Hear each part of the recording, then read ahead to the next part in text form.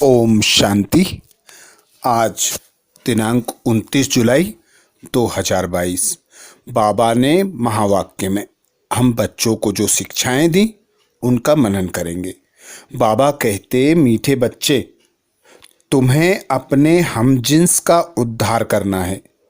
बाप ने माताओं पर ज्ञान का कलश रखा है, इसलिए माताओं पर बड़ी जवाबदारी है।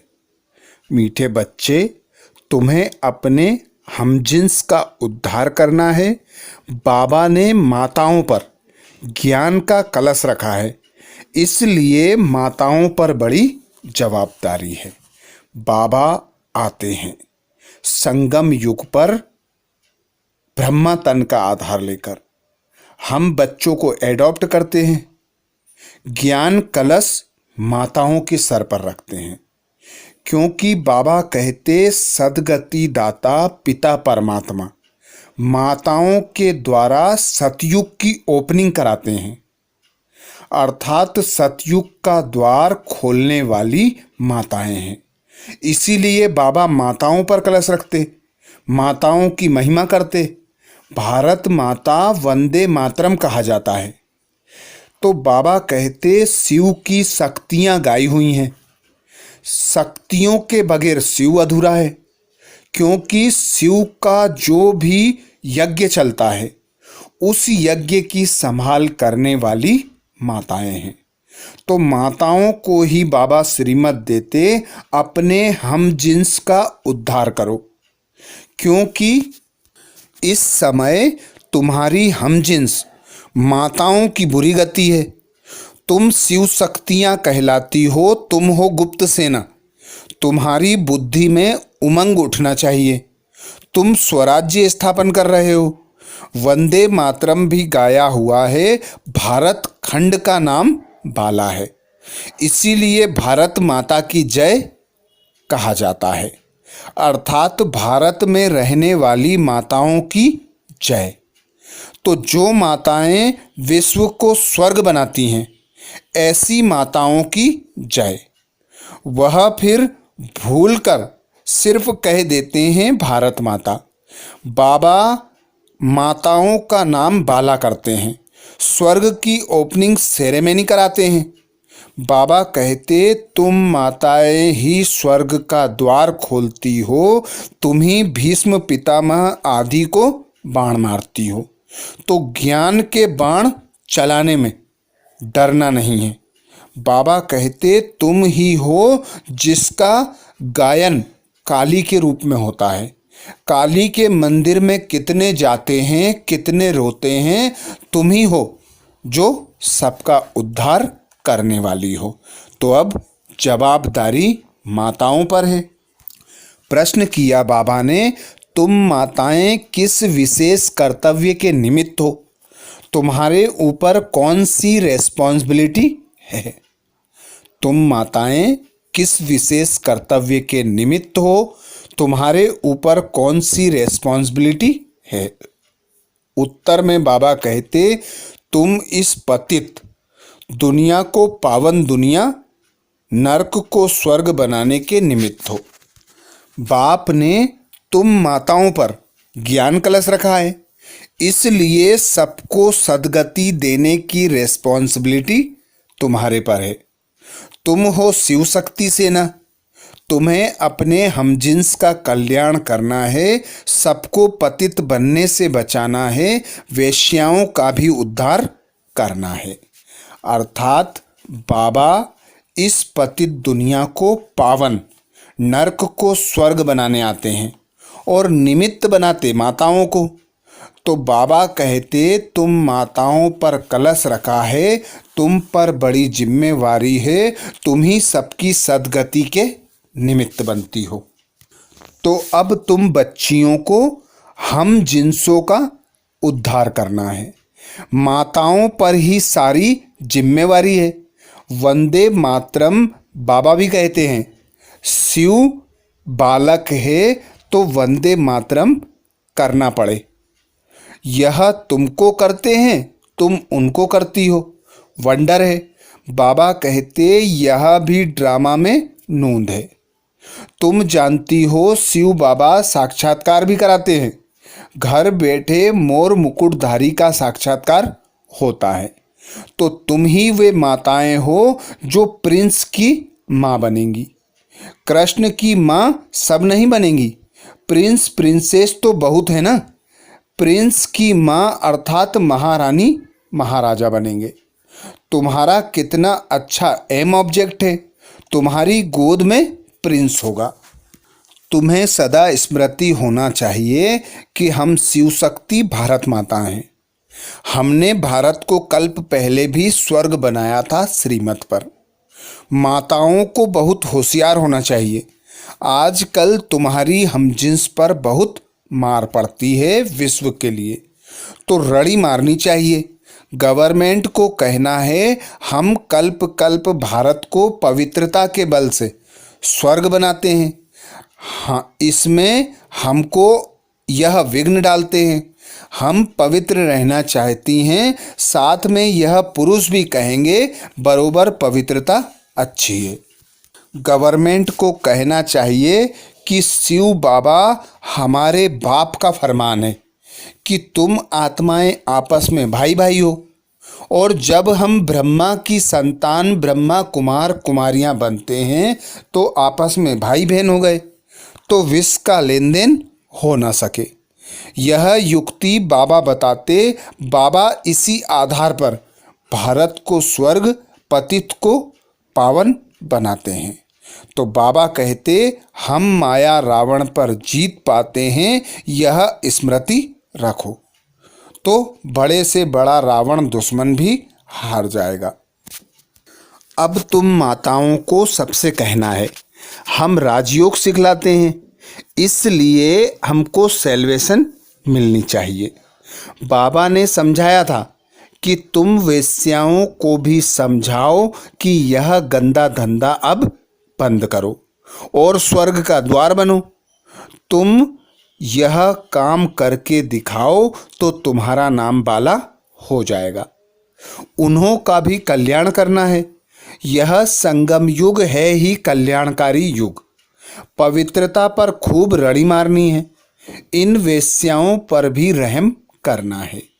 बाबा कहते आजकल तो गवर्नमेंट भी उन्हें कुछ ना कुछ काम में लगाती रहती है।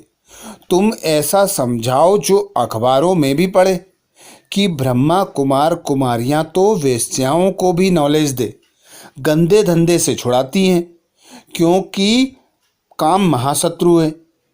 इनसे तुम पतित गंदे दुखी होते हो। यह दुनिया ही भ्रष्टाचारी है। बाप आकर माताओं को उठाते हैं।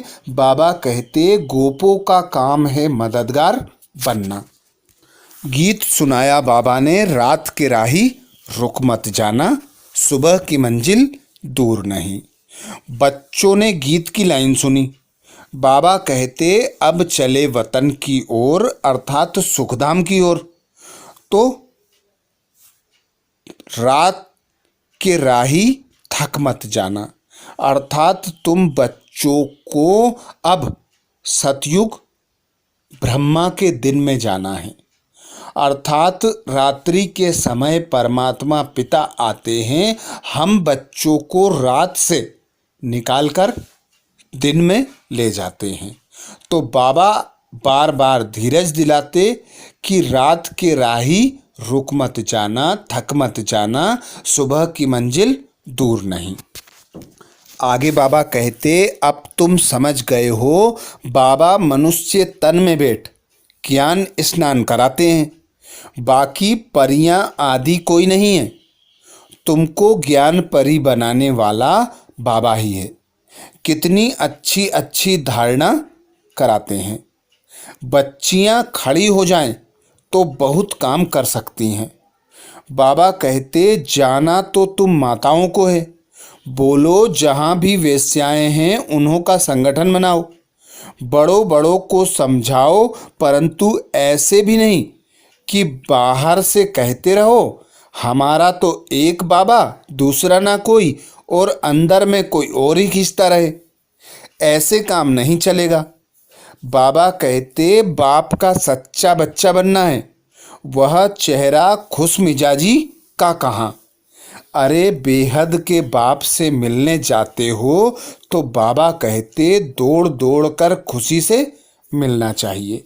जैसे गोप गोपियाँ का गायन है, कृष्ण से मिलने जाते थे, कोई चप्पल भूल जाते थे, कोई कुछ भूल जाते थे, जैसे रहते थे वैसे ही भागते थे। तो ऐसे ही परम पिता परमात्मा स्वर्ग का रचयिता आया, हम बच्चों का मालिक। तो बाबा को बड़ी खुशी से मिलने जाना चाहिए, दौड़ दौड़ कर जाना चाहिए, क्योंकि बाबा जो श्रीमत देते हैं उसी श्रीमत से हम स्वर्ग के मालिक बनते हैं। वरदान दिया बाबा ने। वरदान में बाबा कहते श्रेष्ठ स्मृति द्वारा सुखमय स्थिति बनाने वाले सुख स्वरूप भव। श्रेष्ठ स्मृति द्वारा सुखमय स्थिति बनाने वाले सुख स्वरूप भव। सुख स्वरूप अर्थात अंदर और बाहर से सुखी होना, हर्षित होना, प्रसन्न होना, उमंग उत्साह में रहना। तो तन और मन दोनों से जो खुश रहता है वही सुख स्वरूप की प्रत्यक्षता करा सकता है। और सुख स्वरूप वही बन सकता है जो सर्व प्राप्तियों से संपन्न हो। तो तुम ब्राह्मणों का गायन है, अप्राप्त नहीं कोई वस्तु ब्राह्मणों के खजाने में। तो तुम्हें अभी बाबा मिला तो सब कुछ मिला। तो अंदर से भी खुश होना चाहिए, बाहर से भी खुश होना चाहिए। बाबा से जो शक्तियाँ मिली हैं उन शक्तियों का प्रयोग कर हर परिस्थिति पर विजय प्राप्त कर अचल अडोल रहकर हर्षित मुख रहना है। जैसे देवताओं की जड़ मूर्तियां आज भी हर्षित मुख रहती हैं, सबको कुछ ना कुछ देती रहती हैं। तो वही प्रारब्ध हम बच्चों को अभी बनाना है। ऐसा अपने खजानों को अकुट भर लेना है जो सारा कल्प हम बांटते रहें और खुटे ना।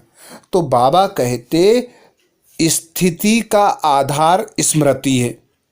आप सिर्फ स्मृति स्वरूप बनो तो स्मृति आने से जैसी स्मृति वैसी स्थिति स्वतः हो जाएगी। खुशी की स्मृति में रहो तो स्थिति भी खुशी की बन जाएगी, और दुख की स्मृति करो तो दुख की स्थिति हो जाएगी। संसार में तो दुख बढ़ने ही हैं, सब अति में जाना है। लेकिन आप सुख के सागर के बच्चे सदा खुश रहने वाले हो, दुखों से न्यारे सुख स्वरूप हो। इसलिए क्या भी होता रहे लेकिन आप सदा मौज में रहो। स्लोगन में बाबा कहते समय रूपी खजाने को व्यर्थ से बचाना यही तीव्र पुरुषार्थी की निशानी है। समय रूपी खजाने को व्यर्थ से बचाना यही तीव्र पुरुषार्थी की निशानी है। अर्थात जो बच्चे बाबा के सर्व खजानों को सफल करते हैं, समर्थ बनाते हैं, वे बच्चे संपूर्ण संपन्न बनते हैं, तीव्र पुरुषार्थी होकर लक्ष्य की ओर अग्रसर रहते हैं। तो बाबा का दिया हुआ जो खजाना है समय का खजाना, उसे व्यर्थ नहीं गंवाना है, क्योंकि बाबा ने समझाया है जो जितना जितना समय सफल करेंगे वे उतना उतना स्वर्ग में राजाई पद को प्राप्त करेंगे, उतना समय के लिए वे सतयुग में एक एक एक में आ सकेंगे। मातेश्वरी जी ने अनमोल महावाक्य में आज अटेंशन खिंचवाया। भारत का प्राचीन योग परमात्मा द्वारा ही सिखलाया हुआ है। भारत का प्राचीन राजयोग परमात्मा द्वारा ही सिखलाया गया है।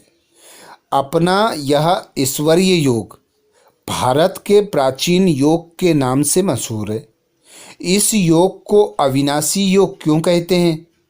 क्योंकि अविनाशी परम पिता परमात्मा द्वारा सिखाया गया है। भल योग और मनुष्य आत्माएं भी सिखाती हैं, इसलिए योग आश्रम वगैरह खोलते रहते हैं। परंतु वो प्राचीन योग सिखला नहीं सकते। अगर ऐसा योग होता तो फिर वो बल कहाँ। भारत तो दिन प्रतिदिन निर्बल होता जाता है। इससे सिद्ध है कि यह योग अविनाशी योग नहीं है। जिसके साथ योग लगाना है वह खुद ही सिखला सकता है, बाकी औरों से तो योग लगाना ही नहीं है, तो फिर सिखलाएंगे कैसे। यह तो स्वयं परमात्मा ही कार्य कर सकता है, वही हमें पूरा भेद बता सकता है। बाकी तो सब तरफ कहते रहते हैं हम योग सिखलाएंगे। यह तो हम जानते हैं कि सच्चा योग तो खुद परमात्मा ही सिखलाए। सूर्यवंशी चंद्रवंशी घराना स्थापन कर देवीय राज्य की स्थापना करते हैं। अब वो प्राचीन योग भी परमात्मा आकर कल्प कल्प हमें सिखलाता है। तू आत्मा मुझ परमात्मा के साथ निरंतर योग लगा तो तेरे पाप नष्ट हो जाएंगे। अच्छा, ये थे महावाक्य बाबा के और मम्मा के। ओम शांति।